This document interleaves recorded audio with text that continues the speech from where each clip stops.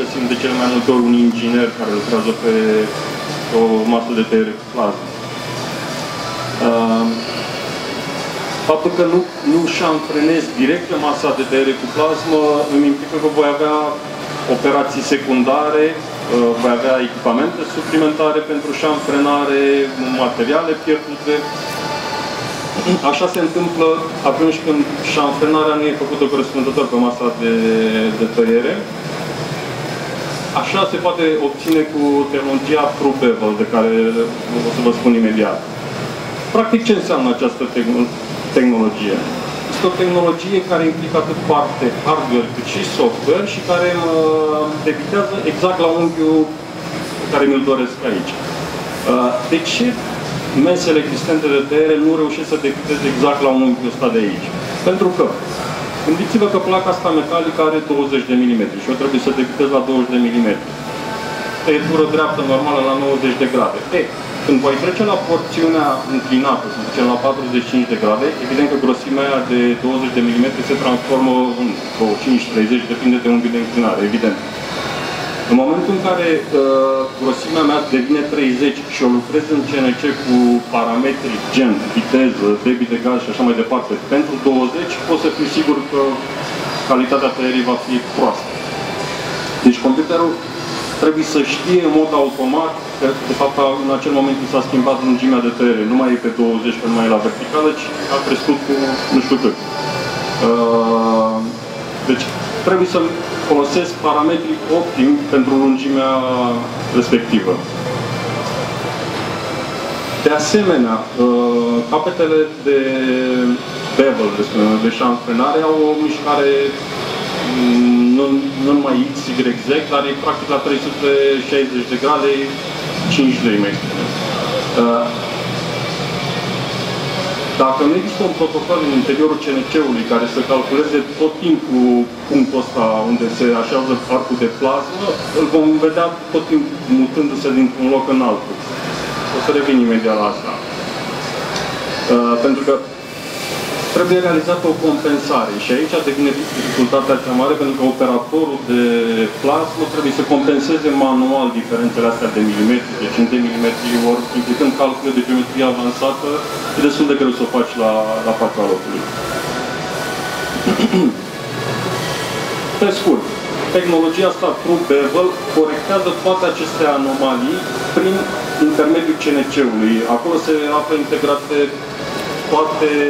toți parametrii care mi-aduc punctul ăla de tăiere al arcului de plasmă exact pe poziția lui dorită. O să deschid filmulețul pentru că de cele mai multe ori imaginile vorbesc de la tine.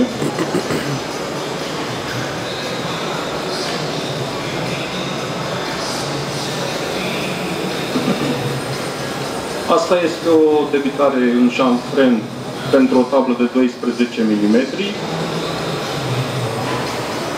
10 mm folosind 130 de amperi.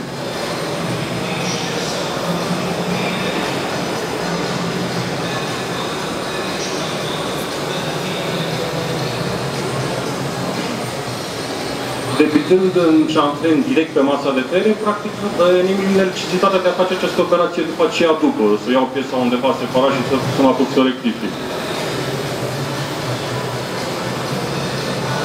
19 mm cu 260 de amperi, 37 de mm la 400 de amperi.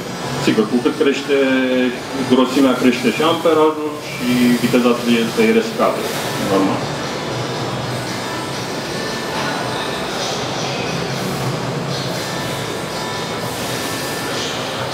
O să mă întorc la prezentare. O altă tehnologie integrată în plasmele de înaltă definiție se cheamă TrueHole. De ce am dezvoltat această tehnologie? Am avut tot timpul, să le spunem așa, plângeri din partea utilizatorilor finali în ceea ce privește calitatea găurilor. De cele mai multe ori își doreau ca aceste găuri să le folosească pentru ruburi, bolțuri și așa mai departe.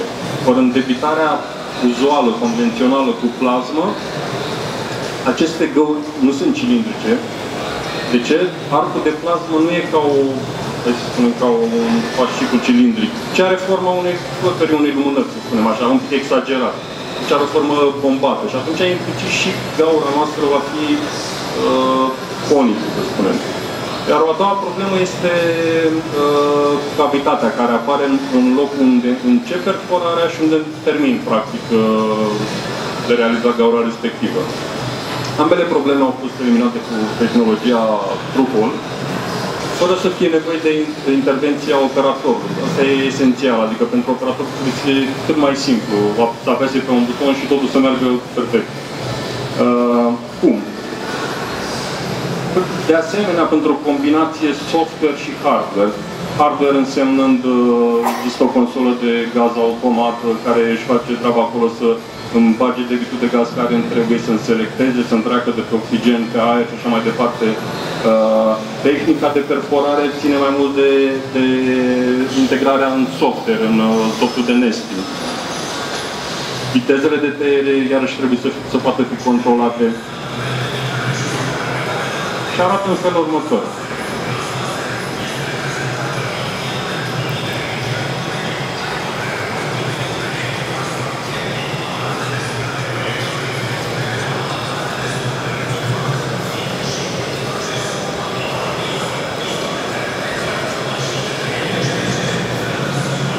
Deci găurile pot fi obținute direct pregătite pentru șuruburi direct din plasmă, fără să mai fie să le rectific ulterior cu alte tehnologii. Asta înseamnă o productivitate extraordinară, pentru că asta este fără tehnologia TrueHole, în care puteți vedea adâncitura unde încep lead in, lead out și conicitatea respectivă. În momentul în care încerc să introduc un volt, evident că asta nu va fi posibil. Activând tehnologia aceasta TrueHole, am găurile, și nu numai că sunt pregătite deja pentru volt, dar și toleranța interior, diametrul interior, diametrul exterior sunt foarte mici, adică nu am nici joc foarte mare între ele.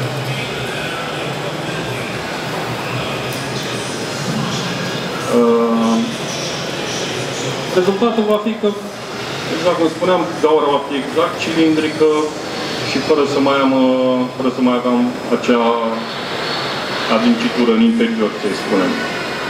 Bun. Ultimul filmuleț pe care eu îl voi deschide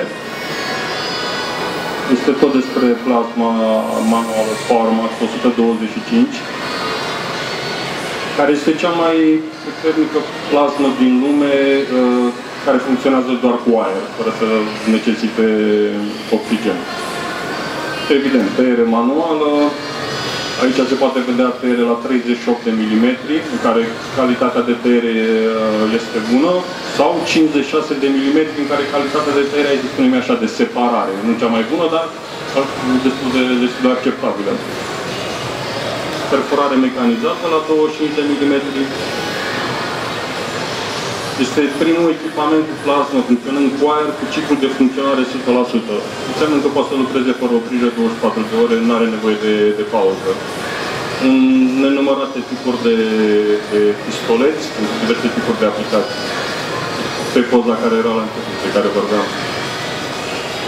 Pistoleți lungi pentru demontare, dezasamblare de diverse poduri metalice, spre exemplu. Evident că aceste sursele de plasmă funcționează cu consumabile, electrozi uze care se înlocuiesc atunci când le ajung sfârșitul de viață. Din nou, crețuire mecanizată sau manuală. Puteți vedea toate aceste aplicații, repet, vizitând standul Plasma Serv, unde chiar puteți încerca cu mâna voastră. Debitarea manuală e extrem de simplu de făcut. Deși arată high-tech, nu e nimic complicat. Sticul nu e la mine, m-am luat. Putem discuta acolo și mai multe detalii despre debitarea cu Plasma. Mulțumesc!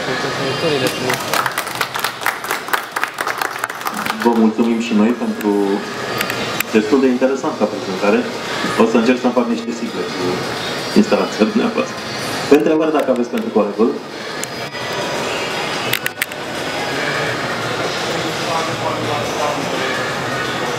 Ok, propunerea dânsului este decentă, având în vedere că suntem un pic în întârziere. Vă mulțumim foarte mult încă o dată pentru prezentarea făcută și vom trece la următoarea prezentare.